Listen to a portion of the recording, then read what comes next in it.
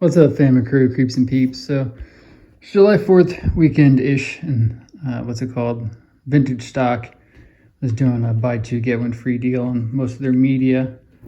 Let's sit down. You guys gonna be getting reflections pretty bad. So, I went in there. I've been jamming to the same CDs in my truck for a couple months now, or at least a couple weeks. Been jamming to the new early November album that came out a couple weeks ago, but pretty much it's been on repeat in my truck for about 2 weeks now. This album here. So I went in with the idea of getting, obviously a stack of CDs. So trying to pick up some new stuff. The first couple minutes when I was searching, pretty much didn't find anything for myself. I was just buying a bunch of CDs that I already own, but getting copies for my daughter. So the first one, well, I guess I can tell the first one, but this is the one I actually took out, opened up, and listened to in the truck right now. It's a Static Lullaby. I think this is from 2000, let's say 6.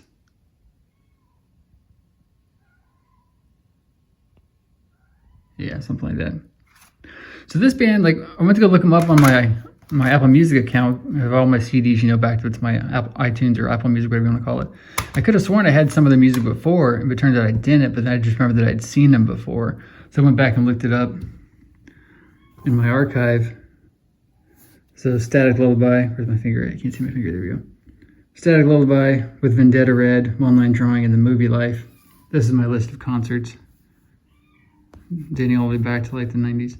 I don't think it's been updated in years though. But if I remember correctly, that's the 2003 show. I want to say it's 2003. I think there's at Auditorium in downtown Kansas City, technically Midtown Kansas City. But I think they were playing when we got there. We weren't paying too much attention to them, sadly. Vendetta Red is a band that my friends and I were not big fans of because we didn't like the people in that band. One Line Drawing, I think this is the concert in June of 2003 that Jonah from One Line Drawing came out and hang out with us after the show and sang my friend Franklin Happy Birthday. And then The Movie Life, of course, is great. So for some reason, I never bought any of their albums. But it's just a band, obviously, I've seen before. I might have even seen them somewhere else. They've just always been around. So some of these are ones that I picked up, or ones that's just bands that were always around in the ether around the same time. But so I picked up this one, Static Lullaby. I guess it's from Fearless. So it's just, I guess, a self-titled. And then I got Saves the Day, Can't Slow Down. This one I got for my daughter. Of course, I have this one already. That was an Equal Visions release. And I picked this one up for my daughter as well. This is Amberlin, New Surrender, which this has to be the second or third CD that has Feel Good Drag on it, or second one. Because I know Feel Good Drag is on the 2005 or 2004 album as well. But it's the Universal Republic, Amberlin, I'm not sure what year, 2008. So we're seeing them in a couple weeks with Hawthorne Heights Thursday and Armor for Sleep. Then picked up Eels, Beautiful Freak, because it's just such a fantastic album. Obviously you got Mark Oliver Everett, and you got Tommy Walter. I always forget if it's Walters or Walter, but Tommy Walter, who ended up going on to do Abandoned Pools, which is the band I like. And I've had at least one Motion City soundtrack album before. I can't name it off the top of my head because there's never one that I just put on to listen to. Actually, I want to say it might have been a Motion City soundtrack split with Matchbook Romance. Does that sound right? I can maybe look it up on my iTunes real quick. Let's see if we can do this. So hey, look, Abandoned Pools, I just mentioned. So Motion, nope, it's not even on here. I had something on Motion City soundtrack. I don't know what it was though. I'll have to find it. But we saw these guys in 2023. We saw these last year down in Oklahoma, along with Get Up Kids, Newfound Glory, and All American Reject. So this is, I don't know what year this one. This is Motion City soundtrack Go from 2012. So it was a little bit older as well. And then this one, Motion City soundtrack, Even If It Kills Me. This one is 2007 from Epitaph. So now added to those. They got Reliant K. This is another band that they were just always around back in the 2000s.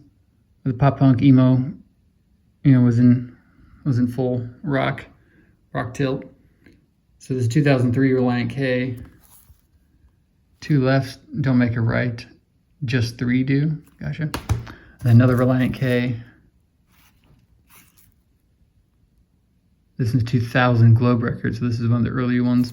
So this is, like I said, these are another band. This is a band that they were just always around, but I don't think I ever saw these guys. And this one is 2008. Relient K, The Bird and the Bees. The Bird and the B-sides. Okay, I get it. That's cool. So it's just like B-sides and stuff. The Nashville Tennis EP and The Bird and the B-sides. Interesting. So like I said, it's buy 2, get 1 free. So I just kind of picked up on a bunch of bands that, you know, were just always around in the ether, but I never just gave it a shot to or never had a chance to really pick up. And this is The Rocket Summer. It's an Island release, 2007. Produced by Jim Wirt. And yeah, Jim Wirt and Chris Lord-Alge. Correct me if I'm wrong, but I think they produced and did work with and mixed by some of the corporate albums. Definitely Audio Boxer. I'll have to look it up. I'm pretty sure Jim Wirt and Chris Lord-Alge worked with something corporate a lot. Probably a lot of those bands back in the day. And then I picked up another Taking Back Sunday. Instead of buying the same album 3 times like I have, you know, tell all your friends I have 3 different versions of. So this one is from 2011, I think. You can really see what that says. 2011, 2021, 2011. Okay. I can actually read it better looking through my phone. Wait, but that's my phone. What? Then we got The Spill Canvas. This is a band too that's always around way back in the day. I probably saw here and there, probably heard some of the stuff around, but I just never saw them until 2023 as well. We saw them in St. Louis with Armor for Sleep in early November when they were doing their full length, when they were doing their album. So in their entirety, produced and mixed by Neil Avron. Did I say what year this was? 2007, Warner Brothers. So Spill Canvas, No Really, I'm Fine. And then this one I picked up for my daughter. I remember buying this the day it came out. The Atari's So Long Astoria. It's got some really good hits on it. Put this CD into your computer to unlock online bonus material. That's fancy. So 2003, as I said, this is what their 3rd or 4th main album, and an EP or 2, and a couple of albums. Obviously, In This Diary is popular. Their cover of Boys of Summer was pretty popular. Some really good tracks on this.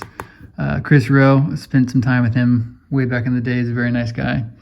And the last one, I picked this one up, the Afghan Wigs, Black Love. I picked this one up for my daughter as well. Such a great album.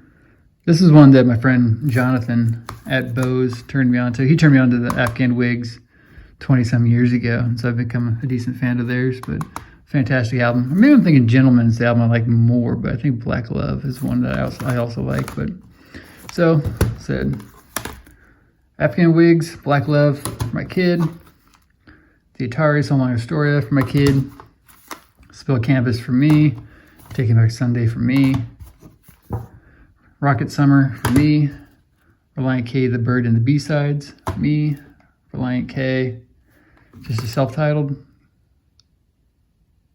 I wonder if I know any of their songs. Off the top of my head, I can't think of any popular songs of theirs, but they, like I said, they were just always around, and they were just never on a ticket or a lineup of somebody that I saw. So I never had a chance to see these guys that I can remember.